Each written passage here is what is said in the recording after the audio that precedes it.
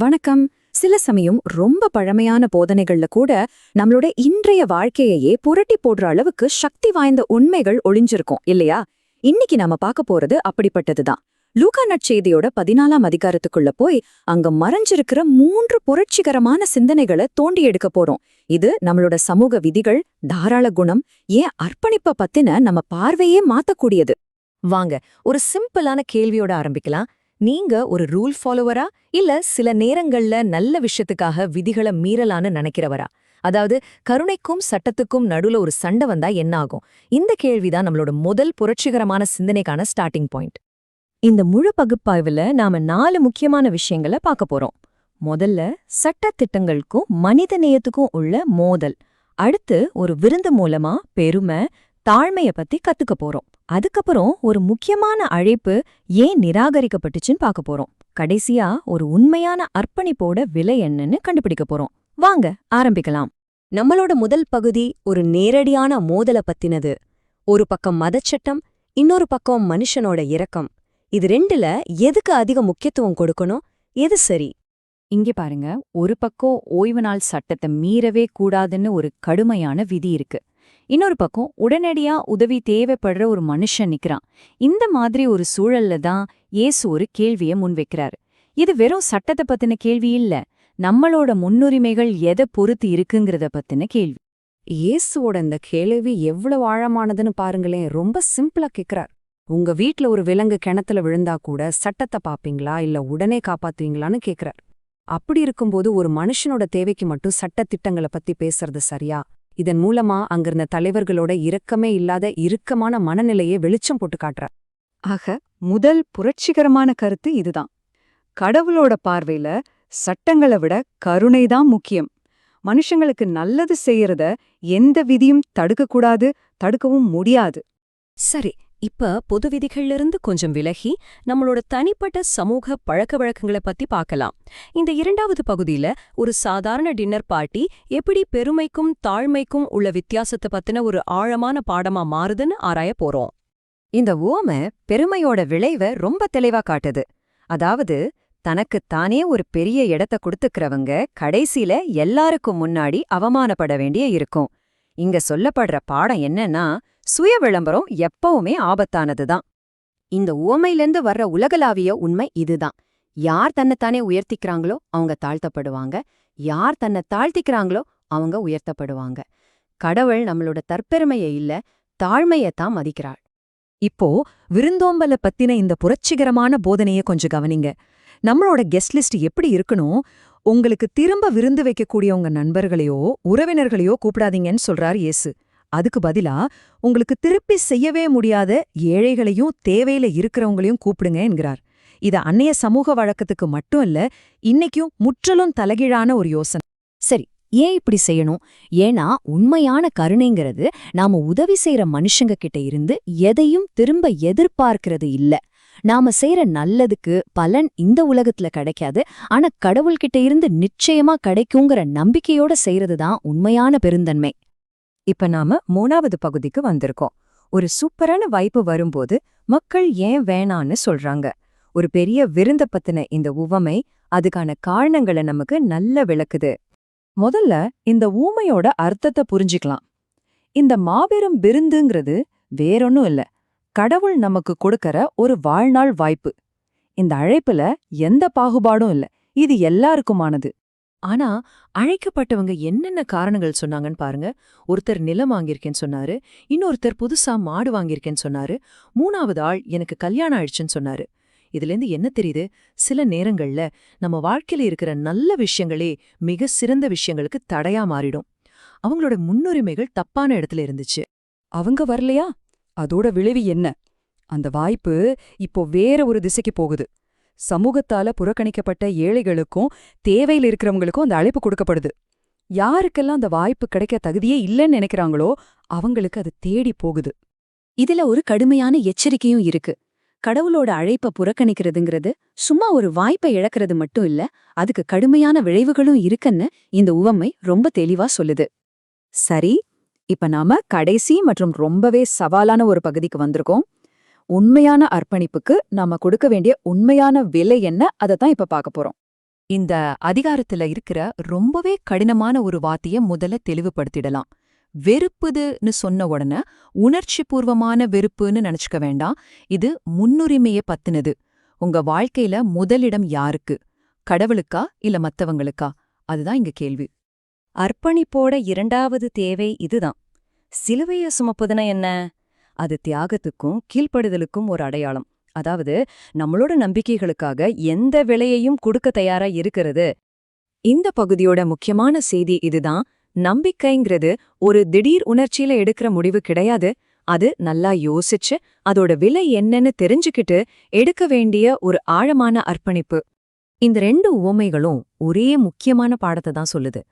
ஒரு கோபுரம் கற்றவரா இருந்தாலும் சரி, போருக்கு போற ராஜாவா இருந்தாலும் சரி, ஒரு பெரிய காலத்துல இறங்குறதுக்கு முன்னாடி அதோட விலைய முழுசா கணக்கு போடணும். அரைகுறையான அர்ப்பணிப்பு எப்பவுமே தோல்வியிலையும் ஏமாற்றத்திலையும் தான் முடியும். கடைசியா இந்த உருவகத்தை கொஞ்சம் பாருங்க.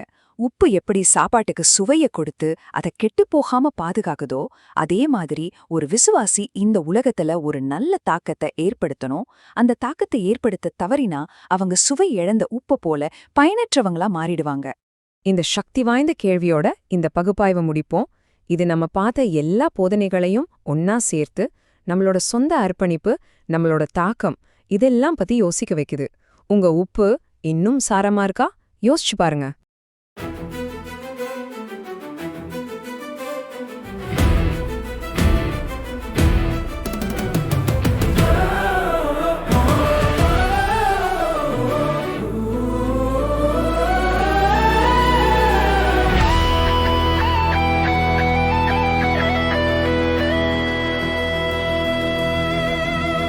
சனிக்கிழமை நாளிலும் கருணை நிற்கவில்லை.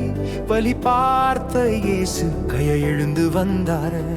சட்டம் கேட்ட உலகமே அன்பு பேசும் தேவன் உயிர் காக்க வந்தார். இயேசு என் ராஜன். அழைப்பு வந்தது, எழுந்து வா, தேவனின் விருந்து தயாரின்றே வா.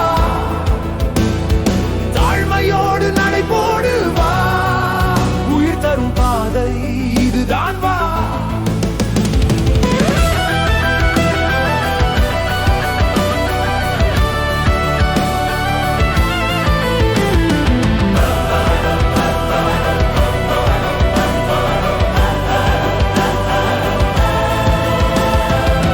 முன்னிருக்க தேடாதே, பெருமை தள்ளிவிடு.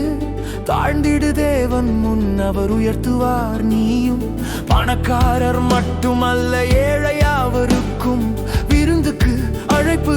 இயேசுவின் அன்புக்கும் அழைப்பு வந்தது, எழுந்து வா, தேவனின் விருந்து தயாரின்றே வா. தாழ்மையோடு நடைபோடு வா, உயிர் தரும் பாதை இதுதான் வா.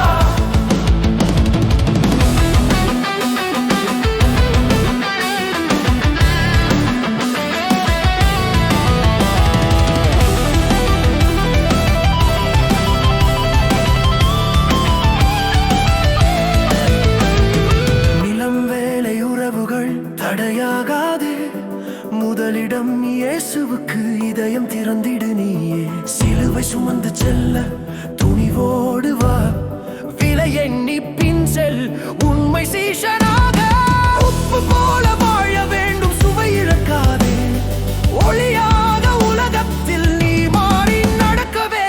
அழைப்பு வந்தது, எழுந்து வா, ராஜாவின் விருந்து காத்திருக்குதா. எல்லாம் விட்டும் பின் செல்வா, இயேசுவே வாழ்வு ஜெயம்தானா.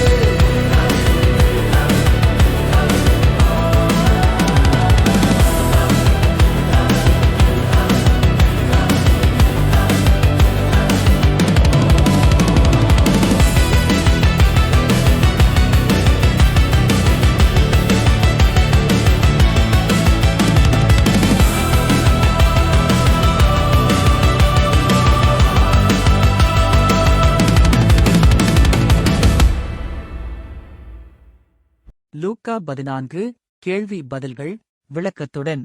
தலைவர்கள் தன்னை கவனித்துக் கொண்டிருந்த போதிலும் இயேசு ஏன் ஓய்வு நாளில் குணப்படுத்தினார்? பதில்: சட்டப்பூர்வ விதிகளை விட நன்மை செய்வதுதான் முக்கியம் என்பதைக் காட்ட. விளக்கம்: ஓய்வு நாளிலும் கூட இரக்கமே கடவுளின் முன்னுரிமை என்று இயேசு கற்பித்தார். அந்த மனிதனை குணப்படுத்துவதற்கு முன்பு இயேசு பரிசேயர்களிடம் என்ன கேள்வி கேட்டார்? பதில்: ஓய்வு நாளில் குணப்படுத்துவது நியாயமானதா இல்லையா என்பதுதான். விளக்கம்: அவர் அவர்களின் மௌனத்தையும் விரைப்பான சிந்தனையையும் வெளிப்படுத்தினார். ஓய்வு நாளில் குணப்படுத்துவதை நியாயப்படுத்த இயேசு என்ன உதாரணத்தை பயன்படுத்தினார்? பதில்: கிணற்றில் விழும் ஒரு மகனையோ அல்லது ஒரு மாட்டையோ காப்பாற்றுவது. விளக்கம்: மனித தேவையை ஒருபோதும் புறக்கணிக்கக்கூடாது. கௌரவமான இடங்களை தேர்ந்தெடுக்க வேண்டாம் என்று இயேசு ஏன் விருந்தினர்களை எச்சரித்தார்? பதில்: பெருமை அவமானத்திற்கு வழிவகுக்கும். விளக்கம்: கடவுள் தற்பெருமையை அல்ல, தாழ்மையையே கனப்படுத்துகிறார். தங்களை தாழ்த்திக் கொள்பவர்களுக்கு என்ன நடக்கும்? பதில்: அவர்கள் கனப்படுத்தப்படுவார்கள். விளக்கம்: கடவுள் தாழ்மையானவர்களை உயர்த்துகிறார். பணக்கார நண்பர்களை விருந்துக்கு அழைக்க வேண்டாம் என்று இயேசு ஏன் கூறினார்? பதில்: அவர்களால் உங்களுக்கு பிரதிபலன் செய்ய முடியும், ஆனால் ஏழைகளால் முடியாது. விளக்கம்: உண்மையான தாராள குணம் எந்த பிரதிபலனையும் எதிர்பார்ப்பதில்லை. அதற்கு பதிலாக யாரை அழைக்க வேண்டும் என்று இயேசு கூறினார்? பதில்: ஏழைகள், முடவர்கள், குருடர்கள் மற்றும் சப்பானிகள். விளக்கம்: சுயநல நோக்கங்கள் இல்லாமல் செய்யப்படும் கருணைக்கு கடவுள் பலனளிக்கிறார். அத்தகைய கருணைக்கு எப்போது பலன் கிடைக்கும்? பதில்: நீதிமான்களின் உயிர்த்தெழுதலின் போது. விளக்கம்: கண்ணுக்குத் தெரியாத நற்செயல்களை கடவுள் கண்டு நினைவில் கொள்கிறார். பெரிய விருந்து பற்றிய உவமை எதைக் குறிக்கிறது? பதில்: கடவுள் தம்முடைய ராஜ்யத்திற்கு விடுக்கும் அழைப்பு. விளக்கம்: அனைவருக்கும் அழைப்பு விடுக்கப்படுகிறது, ஆனால் அனைவரும் ஏற்றுக்கொள்வதில்லை. அழைக்கப்பட்ட விருந்தினர்கள் ஏன் விருந்தை மறுத்தார்கள்? பதில்: அவர்கள் நிலம், வேலை மற்றும் குடும்பத்தால் திசை திருப்பப்பட்டனர். விளக்கம்: உலக காரியங்களுக்கான முன்னுரிமைகள் ஆன்மீக பதிலை தடுத்தன. இறுதியாக விருந்து மண்டபத்தை நிரப்பியவர்கள் யார்? பதில்: ஏழைகள், வெளியாட்கள் மற்றும் புறக்கணிக்கப்பட்ட மக்கள். விளக்கம்: கடவுளின் கிருபை தாழ்மையானவர்களையும் தேவையுள்ளவர்களையும் சென்றடைகிறது. வீதிகளுக்கும் வேலிகளுக்கும் போய் அவர்களை வற்புறுத்தி அழைத்து வாருங்கள் என்பதன் அர்த்தம் என்ன? பதில்: அவசரமாக எல்லோரையும் அழைக்க வேண்டும்.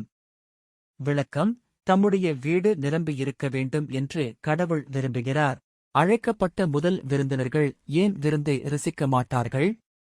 பதில்: அவர்கள் அழைப்பை நிராகரித்துவிட்டார்கள். விளக்கம்: கடவுளை புறக்கணிப்பதற்கு கடுமையான விளைவுகள் உண்டு. இயேசுவை பின்பற்றுவதற்காக குடும்பத்தை வெறுப்பது என்று அவர் சொல்வதன் அர்த்தம் என்ன? பதில்: வேறு யாரையும் விட அவரை அதிகமாக நேசிப்பது. விளக்கம்: கிறிஸ்துவிடம் உள்ள பக்திக்கு முதலிடம் கொடுக்க வேண்டும். ஒருவன் தன் சிலுவையை சுமப்பது என்பதன் அர்த்தம் என்ன? பதில்: துன்பப்படவும் இயேசுவுக்கு கீழ்ப்படியவும் தயாராக இருப்பது.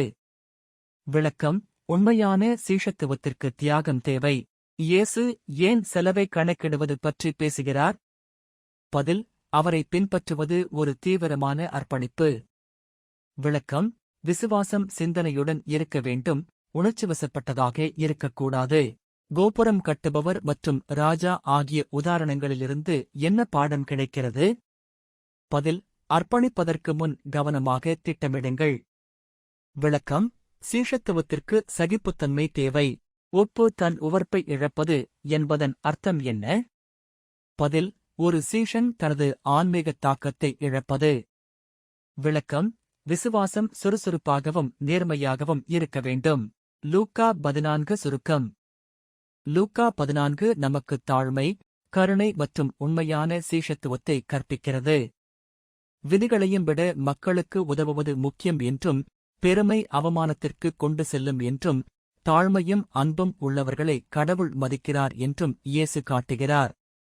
கடவுளின் அழைப்பு அனைவருக்கும் திறந்திருக்கிறது, ஆனால் நாம் நேர்மையாக பதிலளிக்க வேண்டும் என்பதை அவர் நமக்கு நினைவூட்டுகிறார்.